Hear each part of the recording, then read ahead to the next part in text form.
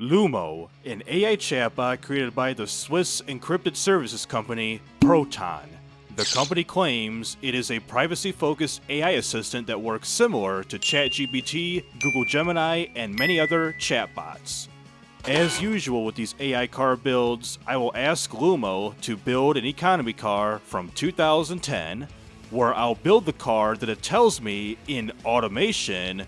Then, I'll drive it and compare it to many of my older eco car builds from other chatbots in BeamNG.drive. Hey guys, it's TRIZE here, and this is the main screen for Lumo. And like I mentioned about this here build list, I will ask Lumo to design a made-up economical gas vehicle from 2010 with all of these potential options and prompts, including the choice of aspiration, whether it be like naturally aspirated, turbocharged, supercharged, or twin charged, with all of these prompts that it will choose from for everything. So hit Control A and Control C to select everything and copy everything, and hit Control V to paste. And I might as well click on the web search button here, so we could do a little bit more deep diving per se on some of the potential options and everything. So here is the frickin' list as so. I mean, god damn, it's so big even. I'm scrolling my life away. Okay, here we go. And now it is. Okay, turbocharged, 5,000 horsepower for the intercooler, premium gasoline. Okay then. Alright, so it's got everything. This design incorporates a balance of performance, economy, and modern features suitable for a 2010 economical gas vehicle. So this car here is the, well, of course, the Proton EcoRide 2010. And it will be a sedan, partial aluminum semi-space frame chassis. Alright then. V6. What? Huh? A V6? V4? Huh? What you doing? So it's a V60 V6, a V4 2-liter EcoBoost engine, the Proton EcoPower V4. What, version 4 or a V4 engine? I guess it's a Saab or something. Revs up to 7,000 RPM, continuous variable valve lift, which is currently new in patch 8 of the opt-in beta for Automation's Alroma update. 12 in the quality? Okay then, so I will take note of this. I'll screenshot this, take note of this, and I'll head on over to BeamNG.drive once I get everything done here. So starting with the overall chassis of this here sedan, it's an SUV right now, but I'll change it a little bit. Like it says, partial aluminum for the panel material, semi-space frame chassis type, aluminum, and it says light AHS steel, so I might as well keep it as is because the chassis type is semi-space frame, even though it says light AHS steel, which is normally found in like a monocoque chassis like this. I might as well just go on as is with aluminum for the chassis material. And with the rest, engine placement front transverse with a McPherson strut for the front suspension, with a torsion beam in the back. And the quality is a +8. And a particular sedan that I'm choosing here is this 4-door Tahera XX SWB for the extra short wheelbase, 2.6 meter wheelbase sedan, which its body quality will be set to a +7. And of course, if it being torsion beam, no choice, even though it says so, front wheel drive. Okay, so for the engine, V60 V6 for the first time, but let me clarify the engine. So if I were to do aluminum light and 3 liters, so a 4-cylinder would be 2 liters, so it's probably confused with a 4-cylinder engine. Let me verify real quick. Alright, so I said that you're confused, could you clarify? So what will Lumo say, in inline 4 or remain at a V6 engine? Alright, so it's a inline 4, keeps it as is, aluminum performance +10. It will redo everything? Let's see, is it going to stay at 5? I think it's just asterisk T. It's redoing everything, like re-showing the... It stops at aspiration.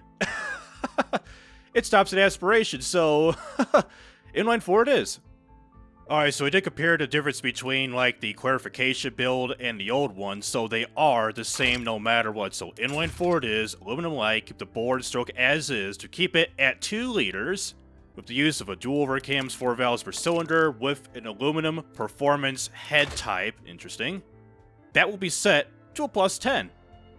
And the bottom end, such as the crankshaft, will be made out of regular forged steel, forged con rods, and forged light pistons with the use of balancing shafts of the counterweight slider set to a 75, and +9 for the quality. And the top end with the compression, it'll be set to a fairly high setting, 10.5 to 1 ratio. The cam profile will be set to a sports setting at a 65, springs and lifters at a 70, with the RPM limit set to 7,000 RPM, with the use of VVT for all cams, and CVVL, which is continuous variable valve lift, which will not affect the VVL profile or VVL RPM by choosing this type of setting. And that will be set to a +12. And for the aspiration type, it'll be just a simple turbocharger, no sequentials or compounds. It will use a smart boost system with the RPM, or HP horsepower, 5,000, 4,900, it rounds up to 5,000. It'll be a twin scroll type of geometry with a ball bearing. The compressor will be at 60 millimeters, yep. Turbine set to 50, I think I'll type it in 50. The air compressor trim, quite up to a 50. And a boost to 15 PSI, interesting. And that'll be set to a +10. For the fuel system, it'll be a multi-point electronic fuel injector with throttle per cylinders for the type. Fuel mapping will remain as is to a 50, lambda equals 1 at a 60. The timing will be set to a 70, and also quality +10. The type of fuel will be just good old unleaded premium gasoline, with a performance mid-intake type. That'll be set to a 60 for the manifold size slider. And hello, Mr. Intercooler. How you doing, buddy? And the headers, we'll be using some, right here, tubular racing headers. And that size will be set to a 70. And there will be, no choice, single exhaust. Let me talk about the exhaust real quick.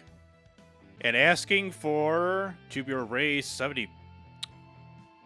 Bitch, I told you, it's a single! Right here, it's a single exhaust, just the type and the size. Okay, before I send this, I said that it's only a single exhaust for this build. I just need to re-roll the exhaust type and exhaust diameter options, please. Enter. What you gonna say, kitty cat? Tell me to subscribe to Proton Mail? Good kitty. Good kitty. Single exhaust. But it wants me to up the frickin' ante on the header size and this too.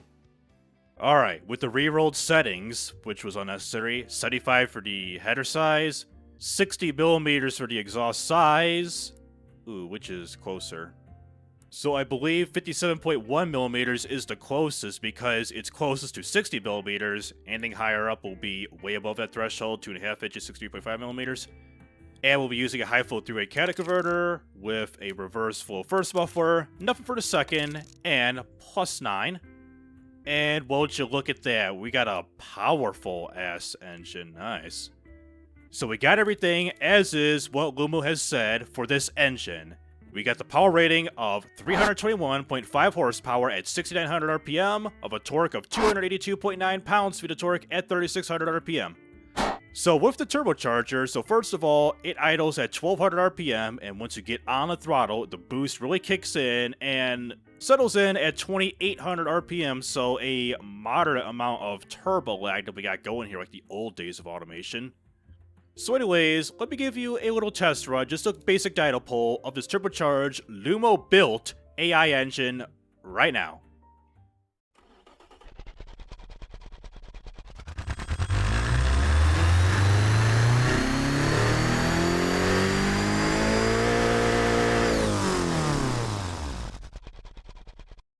Why does it sound like at around 500 RPM? Sounds like some knockoff chitty chitty bang bang stuff going on. Interesting.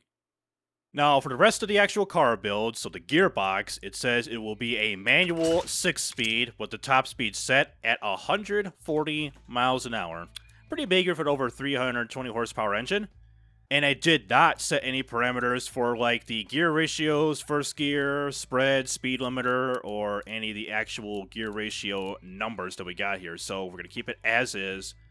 And it will use a clutched LSD, a regular clutched LSD, not a racing one, with the quality set to a +8. And for these tires, they're a radial tire with a sports compound type that'll be set to, as is, 225mm for the front and back. Tire diameter size will be set to 650mm, as 2 clicks. Rim size down to a 17, and it'll be just normal alloy rims, +7 on the quality. For the front brakes, there'll be some Venedisc 4-piston brakes up front, set to 320mm, with the front brake force set down to a 70. I'm thinking it's pretty much thinking like 70% up front, 30% in the back, like actual braking power, it's probably thinking.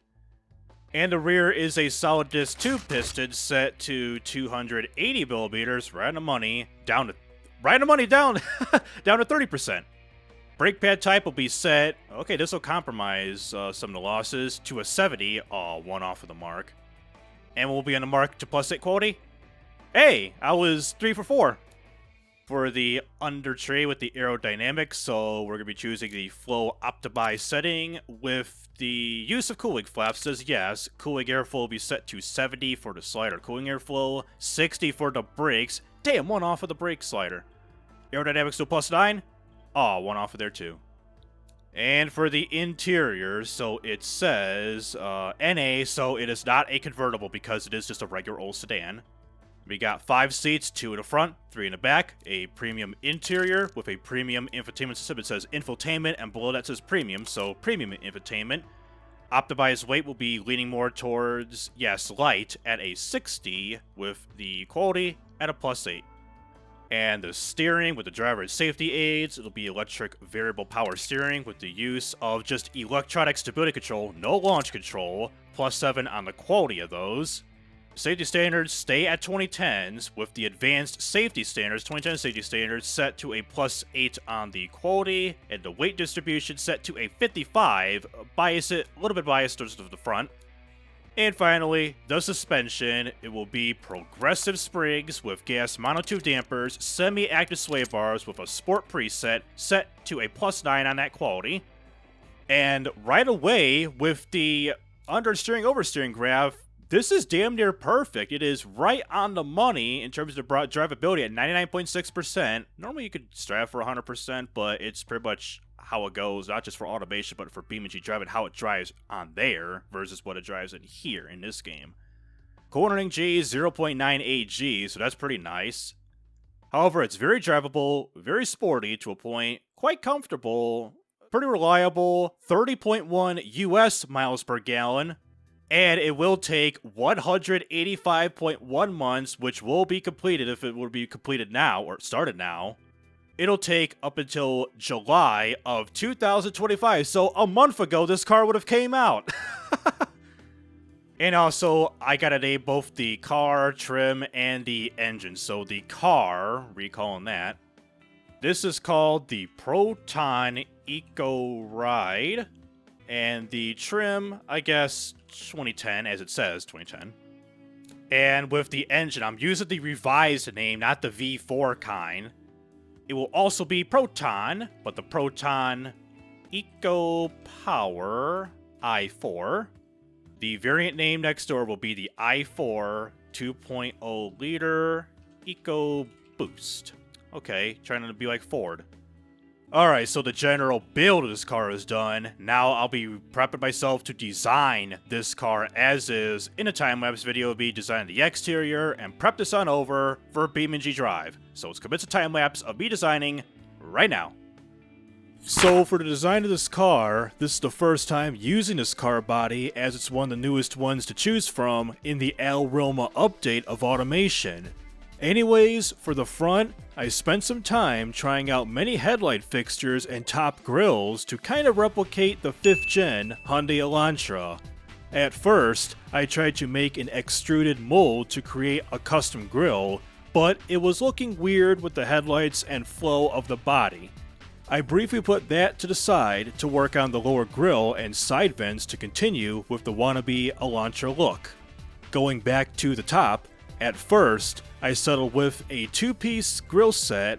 However, that didn't look too good either, and settled with a simple grill fixture complete with grill bars. After doing the grills, I implemented the lighting to the car. It has 4 headlights, a daytime running light strip, and LED turn indicators on the top corners of the headlamp. For the car logo, I made this custom Proton P logo in Photoshop, which is plastered for the front and rear badging for this car. Making my way towards the back, the overall styling naturally came to me with the new fixtures this game has put in. It's a crossbreed between the Kia Stinger for the taillights and the Kia Forte Coupe for the plastic fake diffuser. Lastly, I repainted the car to how Lumo wanted, to metallic silver. So after getting everything done with this build, here's how it came out.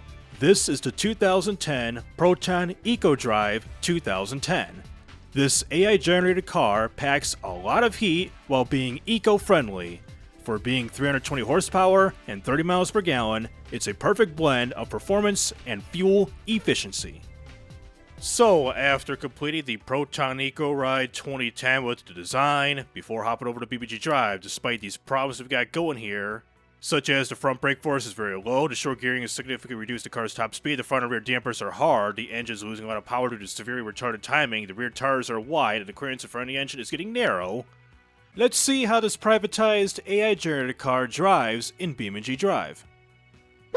So here we are at the back end of Grid Map version 2, and we got 3 of the cars that I got spawning here, which I'll test to compare between the Proton EcoDrive, the TurboNova SGT, the ChatGPT Turbocharged car, and way over there, the EcoDrive X1, aka the DeepSeek Supercharged Economy car. So first things first, let's get started here with the basic performance test with the EcoRide, starting with the 0 to 62 acceleration test, then the 62 to 0 brake test, and then a top speed run with this car, same thing with the other 2 next to me. So with the acceleration test, let's start now into first gear, a little bit of wheel spin and the electronic stability control going off, and into third gear, a devilish 0 to 62 in 6.66 seconds of 331.58 feet. And apparently using the better performance times thing, I don't know if it's going to be very useful or not for the future. Alright, so it's showing 62, brakes. Hard on the brakes in 6th gear. 62 to 0 in 3.06 seconds of 131.62 feet. Well, at least I could say that correctly, especially for the timing compared to freaking acceleration test. So brakes, alright for a real-life car, and especially for an AI-generated car. Same thing for the acceleration. For a 300-something horsepower car, I thought it would be a little bit better. Alright, so go into sport mode. Launch the bitch. Will it make a difference or not if I redo to 0 to 62? So 0 to 62 in 6.5 seconds, so almost 0.2 of a second better. So I guess the better performance things mod is a bit useful, yeah? And top speed very easily reaches its top speed of 140 miles an hour, as so 3/4 of a mile in 28.21 seconds. Will it reach a mile if I hit the ramp thing here? Yeah, almost 35 seconds of a mile. So we'll just launch this bitch and we'll do the other 2 as we're vertical. And coming back down to 8 times slow-mo.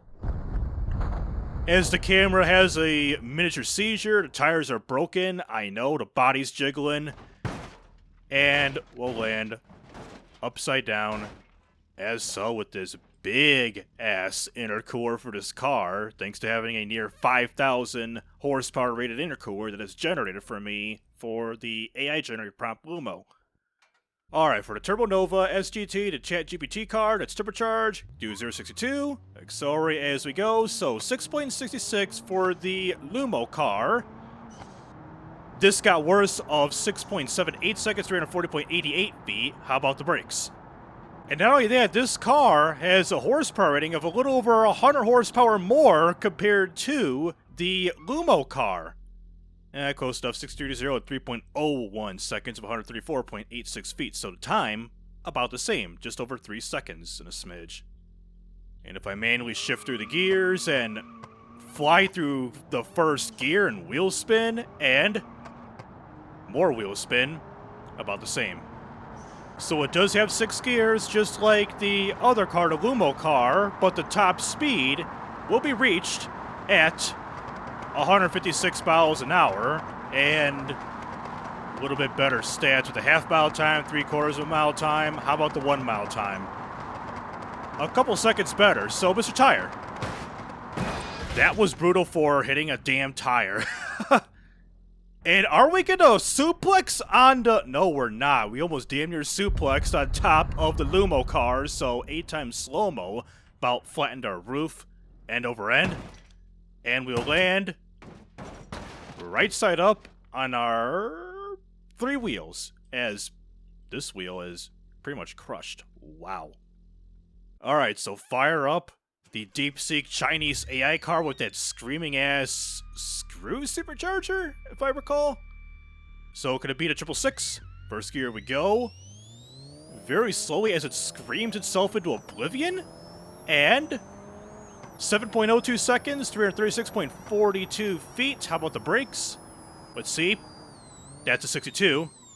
And I was right, so worse. It did the worst. 321, 140.61 feet.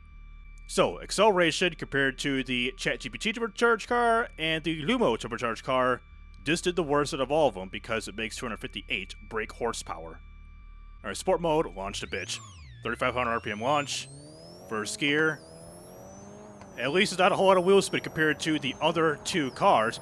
665 if I manually control the gears as so it beat it by 100th of a second compared to, like, this car here and the Lumo car. So it's 6 gears because, well, they're all manuals, and I believe it's 140-something mile an hour top speed, if I'm 142, 43 miles an hour. And the 1 mile time, sort of on par with the Lumo cars, so ramp this up as so. That was loud. Hello, Mr. ED, for not erectile dysfunction, but for EcoDrive. And 60 times, literally bass dropping on our wheels. As the camera has a meltdown. As the supercharger is still sort of in effect. I don't know if it's screaming in pain or what after that type of landing. We land on our wheels, and we still got all our wheels. Can this, like, drive? Pulls to the left, but it still drives. Wowee. Alright, next, take this on over to a time trial run at the usual automation test track like we've been doing for my other AI car builds. Alright, so like I said about the time trial run at the automation test track, we're at the handling circuit, and we're about to be doing 2 laps with a rolling start. So in terms of beating the times, especially for turbocharged and supercharged vehicles that are AI generated, I have to be roughly a 2 minutes 54 seconds, which is held by the TurboNova SGT, which is currently the best non-naturally aspirated AI vehicle that I've tested around this track. And of course, the naturally aspirated one, held by the GOAT itself, the Nexa Aventura, with around a 248, I believe? So anyways, will this be a 248, 254, or even less time that we'll record right here with this run? So, ready, up, and ready, go. No aids whatsoever, and boom we go, first lap started. Hammer down the corner. Ooh, a little bit of a bottom out right there, damn. So with the front right tires, I can kind of see going through the corners and accelerating out of it. It seems like it's jiggling quite a bit up in here. Is it because I'm putting a little bit too much juice or whatever for an automation to BeamNG vehicle? Because that's how it is, I guess. Alright, coming up to the crest sign, we're at a 49.5 seconds. So we're making, okay, brakes, adequate progress as I... should have been standing more on the brakes, maybe a little bit more of a trail brake there to try to stay more on the track to get a better apex going, but the front brakes, as I recall, in the brake slider section thing, it claimed that the front brakes were quite underpowered and the rears were okay. First lap we got is a 1 minute 26 second something millisecond, like a 1:26.6 lap time, Hopefully I can do better here because it's our flying lap and not much of a quote-unquote standing lap. So, and overall with this car, this thing has that on-power understeer once you come out of a corner, and once you gain speed coming out of the corner, that's where you start to see the car really understeer because 1, front-wheel drive, and 2, it's about 100% with the drivability factor if this car were to be sold. Not much under the sportiness factor. The sportiness was like 90.2 or 90-something%. So not the greatest in terms of sportiness, but it is good in drivability because it's understeering and not doing much of oversteering or anything crazy. Because, well, you want that understeer because not everyone is a race car driver, even your 75-year-old grandma that likes to crash out the DMV and probably not get their license revoked for doing so. Alright, 240s, so it appears we will not beat... Come on, a little bit. Not beat the Nexa Aventura time. Corner cut. And late 151. I kind of let off the throttle because of my corner cutting abilities into 249? Wow, I was way off. So it's a 2 minutes, 49 seconds, 485 milliseconds, which is technically the second best AI car. And could you please not crash out? Let me speak, please. So a 249.5 roughly if we were to round this up. Technically the best AI car is the GOAT, the Nexa Aventura. So this car, the Proton EcoRide, this is literally its competition. Even though this is turbocharged, and this was naturally aspirated because it was so lightweight and nimble because of having a carbon fiber chassis, this thing could literally go head to head. I could probably get a better lap time, maybe like a 246 or 47 if I were to retest this car again if I feel like it. So it did beat the TurboNova by about 4 seconds, and the EcoRide, or EcoDrive, little over 15 seconds. So blew that car out the water and burned the TurboNova. So to wrap up this here video, let's head on over, go to the main menu, or how do I go here? Go to free roam, and... scroll down a smidge to the Car Jump Arena 2025 app and take you to the top of the ramp to launch this here bad boy, which I'll do so right now. Alright, so we got the Proton EcoRide all set and done. So we got 3 lights on, the 4th light is on, and prepping the 5th light now, and get ready to start now. Here we go. Second to first gear, the BeamNG upshift to downshift shenanigans as I fumble with the accelerator. So look at us fly through the 1/8 of a mile, 1,000-footer, 1/4 of a mile. How about the 3/4 of a mile, 1/2 a mile, I mean. 173 is our exit speed, almost 174, and we're about to be landing head first. Let me slow down. We'll be just shy of the 30-something meter marker. So 425 meters will be. And over end, flipping on over, and vigorously landing our wheels. Impact detected. Sweep the fishes, sweep the fishes, sweep the fishes, and just flooding with water. Shut the engine off and save it. Thank you very much. 80%, 90%. Are we going to get 100? Even though I shut it off? No, we don't. Damn it, it's hydrolocked. So, aftermath destruction, we got something going on here. Who are you, and what are you? So, this 18-plus peep show appears to be part of the suspension? The brake? So, brakes are doing some weird stuff. The intercooler wants to leave, but it can't because it's trapped in this hellhole. The front left tire is caved in. We kind of made a little shooting brake fastback going on up in here. Lost the entire left brake light. Okay, this is new. I never know you could literally kill a brake light up in here for an automation vehicle. The rear right. You can. I can trigger the reverse lights when they're detached. Turn signals? Yes. Imagine remotely triggering the turn signals, the reverse lights, and the brake lights. You can't even see the brakes, unfortunately.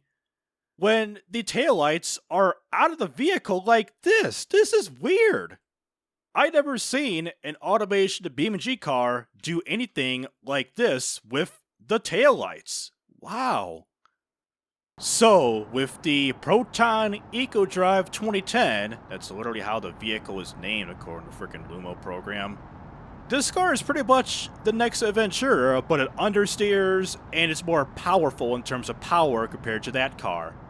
This car, I'd say the Lumo car, is a pretty decent car all around in terms of performance and efficiency.